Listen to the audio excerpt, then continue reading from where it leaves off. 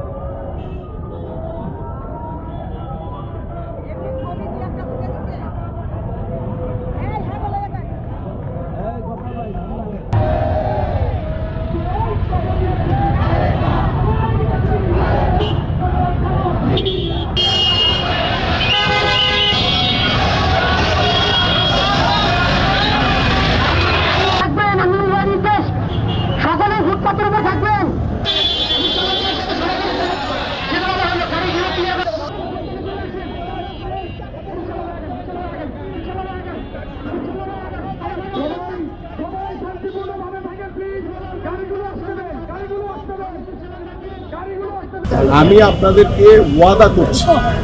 ওয়াদা করছি বাংলাদেশে ভবিষ্যতে কোনো ক্রিকেট বোর্ড বলেন, কোনো ফেডারেশন বলেন, কোথাও কোনো রাজনৈতিককরণ, দলীয়করণ করা হবে না। স্পোর্টস হচ্ছে একটি মানুষের, আপামর সাধারণ মানুষের একটি জায়গা, সেখানে কোনো দল মতের কোনো ভিত্তি আমি দেখি না। এবং আমি বিশ্বাস করি যে রাজনৈতিককরণ মুক্ত যদি আমরা করতে পারি, দলীয়করণ মুক্ত করতে পারলেই বাংলাদেশের যারা অরিজিনাল মাঠের যারা ক্রীড়া সংগঠন, তাদেরকে নিয়ে আমরা প্রত্যেকটি ক্রীড়া ফেডারেশন,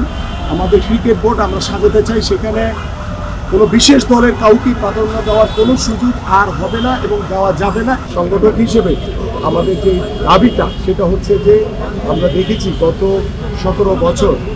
এই স্বৈরাচার সরকার বাংলাদেশের স্পোর্টসে দলীয়করণ এবং রাজনৈতিককরণের মাধ্যমে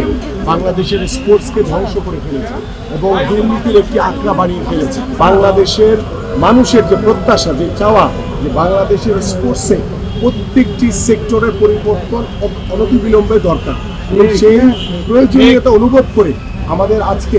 এবং এই স্পোর্টসের যে সংগঠকরা রয়েছেন, আমরা তাদেরকে সাথে নিয়ে আমরা একটি মানববন্ধন করেছি এবং আমাদের দাবি হচ্ছে যে এই ক্রিকেট বোর্ডের যারা পরিচালক রয়েছেন তারা অনতিবিলম্বে পদত্যাগ করে,